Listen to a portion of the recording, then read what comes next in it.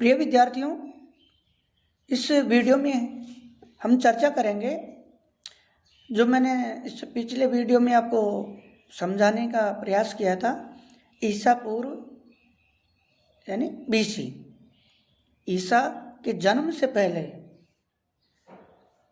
का जो अतीत है, जो समय है, जो कालक्रम है, उसका अध्ययन हम करते हैं ईसा पूर्व। अब वो 20 लाख भी हो सकता है, 18 लाख, 15 लाख, 10,000, 5,000, यानी 5 साल पहले भी जो ईसा के जन्म से पहले का जो अतीत है, समय है, उसको हम अध्ययन करते हैं ईसा पूर्व के शब्द का प्रयोग करते हैं और इसका अध्ययन होता है हमेशा घटते हुए क्रम में।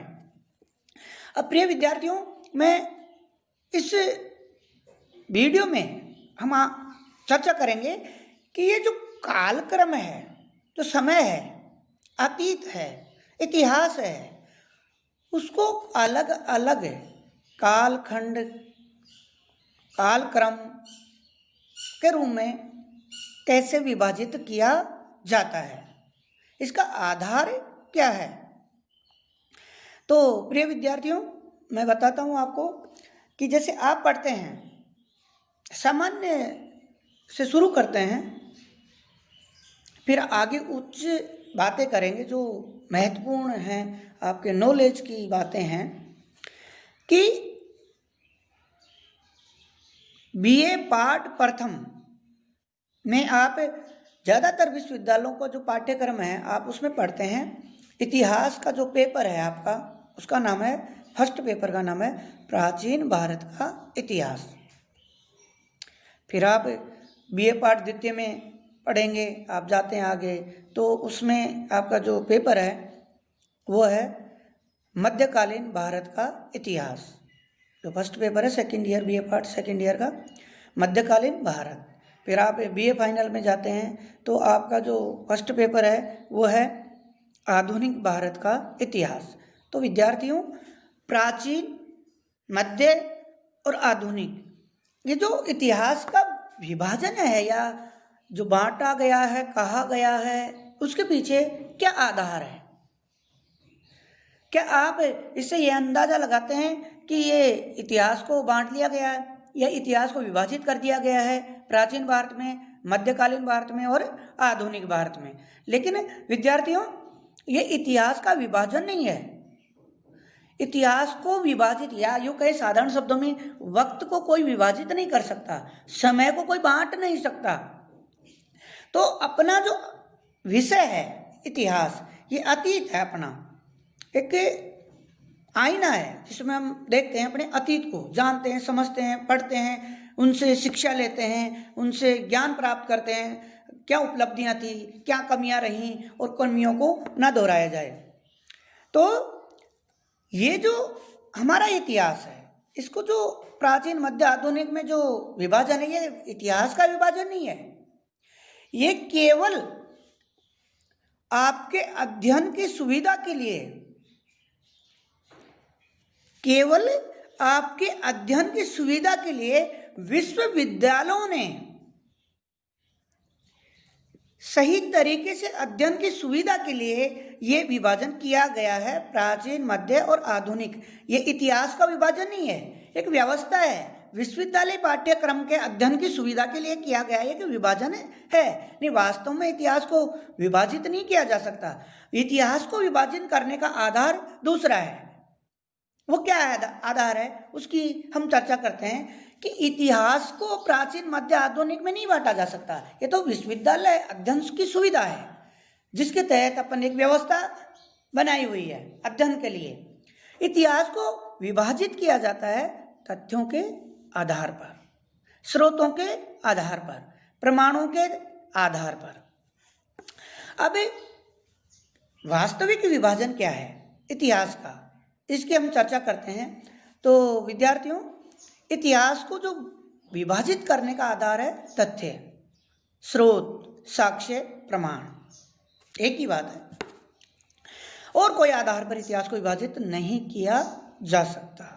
और तथ्यों के आधार पर ही इतिहास को 3 भागों में बांटा गया है। पहला, प्रागैतिहासिक काल। इतिहास को जो तथ्यों के आधार पर, स्रोतों के आधार पर बांटा गया है, वो पहला विभाजन है प्रागैतिहासिक काल। दूसरा है आद्य ऐतिहासिक काल, जिसको आप अर्ध ऐतिहासिक काल भी कह सकते हैं। तीसरा जो आधार है, जो तीसरा प्रकार है, आधार वही है, तथ्य स्रोत। इतिहास का जो तीसरा विभाजन है तथ्यों के आधार पर, वो है ऐतिहासिक काल। यानी स्रोतों के आधार पर जो इतिहास का विभाजन किया गया वो 3 प्रकार का है, प्रागैतिहासिक काल, आद्य या अर्धैतिहासिक काल और ऐतिहासिक काल। अब मैं आपको विस्तार से बता देता हूँ कि किसे प्रागैतिहासिक काल कहते हैं, किसे आद्यैतिहासिक काल कहते हैं और किसे ऐतिहासिक काल कहते हैं। प्रिय विद्यार्थियों, जो इतिहास का पहला विभाजन है, जो तथ्यों के आधार पर किया जाता है, प्रागैतिहासिक काल, इसकी शुद्ध परिभाषा है अतीत का वह काल या समय जिस काल की जानकारी के लिए हमें कोई लिखित साक्ष्य प्राप्त नहीं होते और उसकी जानकारी के लिए हमें केवल खुदाई में प्राप्त उत्खनन या खुदाई में प्राप्त भौतिक सामग्री के आधार पर या भौतिक सामग्री पर ही निर्भर रहना पड़ता है, उसे कहते हैं प्रागैतिहासिक काल। यानी सीधी सी बात करें तो अतीत का वह काल या समय जिस काल की जानकारी के लिए हमें कोई लिखित साक्ष्य या स्रोत प्राप्त नहीं होते और उस काल का अध्ययन हम किस आधार पर करते हैं, केवल खुदाई में, उत्खनन में प्राप्त सामग्री के आधार पर। जैसे उदाहरण के लिए अपन बात करें कि खुदाई में कोई मूर्ति मिल गई है, कोई बर्तन मिला है, कोई औजार मिला है, कोई हथियार मिला है, तो हम उसका समय निकाल के हम उसके जो रेडियो कार्बन विधि है उसके तहत फिर इतिहासकार, पुरातत्ववेता उनका अध्ययन समय काल निकाल के उसके आधार पर इतिहास लिखते हैं कि फला समय की सभ्यता और संस्कृति के ये औजार हैं, ये बर्तन हैं, ये साक्ष्य हैं, ये प्रमाण हैं, और वो इन चीज़ों का इस्तेमाल करते थे, उनका रहन सहन इस तरह था, वो युद्ध में इनका इस्तेमाल करते थे, धर्म में कौन कौन से मान्यताएं थी, वगैरह वगैरह। तो आप समझ गए होंगे कि जो मैंने आपको प्राचीन भारतीय इतिहास के स्रोत के संदर्भ में बताया था, तो उसमें भी आप देखते हैं कि पहला जो प्रकार है, जो पहले प्रकार के जो साक्ष्य हैं वो भी क्या है, पुरातात्विक साक्ष्य। तो उसी से जुड़ा हुआ ये व्यवस्था है प्रागैतिहासिक काल। ये वही है कि वही समय है जिस काल की जानकारी के लिए हमें कोई लिखित साक्ष्य प्राप्त नहीं होते और उस काल की जानकारी के लिए हमें केवल उत्खनन में प्राप्त सामग्री पर ही निर्भर रहना पड़ता है। अब विद्यार्थियों, आप भी जानते हैं कि खुदाई में जो जमीन के नीचे दबी हुई कोई भी चीज़ मिलेगी तो आप जानते हैं कि भौतिक सामग्री ही प्राप्त होगी।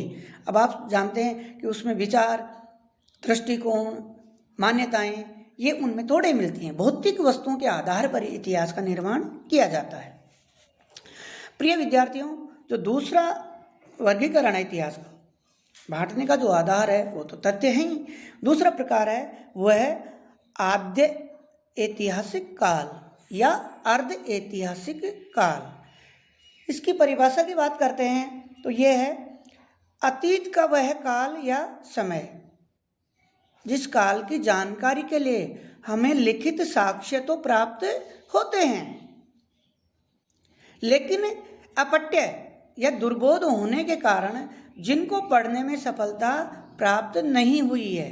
यानी अतीत का वह दूसरा भाग है, प्रागैतिहासिक काल से अगला काल, जिस काल की जानकारी के लिए हमें लिखित साक्ष्य तो प्राप्त होते हैं, लेकिन अपट्य यानी कठिन, दुर्बोध होने के कारण, या यूं कहें कि साधारण सी भाषा में कि कोई भी लिखी हुई चीज मिलती भी है तो उनको इतिहासकारों या भाषाविदों को मध्य सहमति नहीं है, एक रूपता नहीं है, एक मत नहीं है कि उस जो लिपि मिलती है उसमें क्या लिखा हुआ है, आम राय नहीं है। यानी अतीत का वह काल या समय जिस काल की जानकारी के लिए हमें लिखित साक्ष्य तो मिलते हैं, लेकिन अपट्य या दुर्बोध होने के कारण जिनको पढ़ने में सफलता प्राप्त नहीं हुई है उसे आद्य या ऐतिहासिक काल कहा जाता है।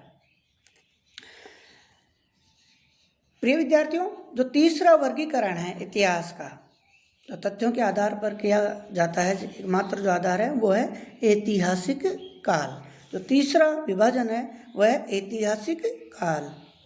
इसकी परिभाषा की बात करते हैं।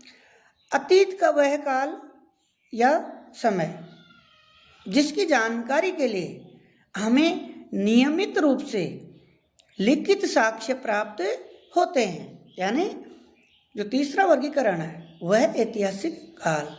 और अतीत का वह काल या समय जिसकी जानकारी के लिए हमें नियमित रूप से लिखित साक्ष्य प्राप्त होते हैं उसे ऐतिहासिक काल कहा जाता है।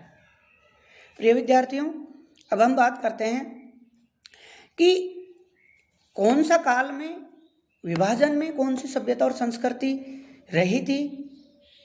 जो पहला वर्गीकरण है प्रागैतिहासिक काल, इस काल में जो सभ्यता और संस्कृति थी वो थी पाषाणकालीन संस्कृति। जो दूसरा विभाजन है आद्य या अर्ध ऐतिहासिक काल, उस काल में जो सभ्यता और संस्कृति थी वो थी सिंधु घाटी सभ्यता और वैदिक सभ्यता। तीसरा जो विभाजन है ऐतिहासिक काल। तो प्रिय विद्यार्थियों, ऐतिहासिक काल वही है जहाँ से हमें नियमित रूप से लिखित साक्ष्य मिलने लगते हैं। वो है भारत का जो ऐतिहासिक काल माना जाता है वह 6ठी सदी ईसा पूर्व से, यहाँ से भारत का ऐतिहासिक काल प्रारंभ होता है। यानी अब ईसा पूर्व यहाँ भी आ गया, तो ईसा से 600 साल पहले, 6 सदी पहले, यानी आज से लगभग 2600 साल पहले से भारत का ऐतिहासिक काल प्रारंभ होता है। धन्यवाद।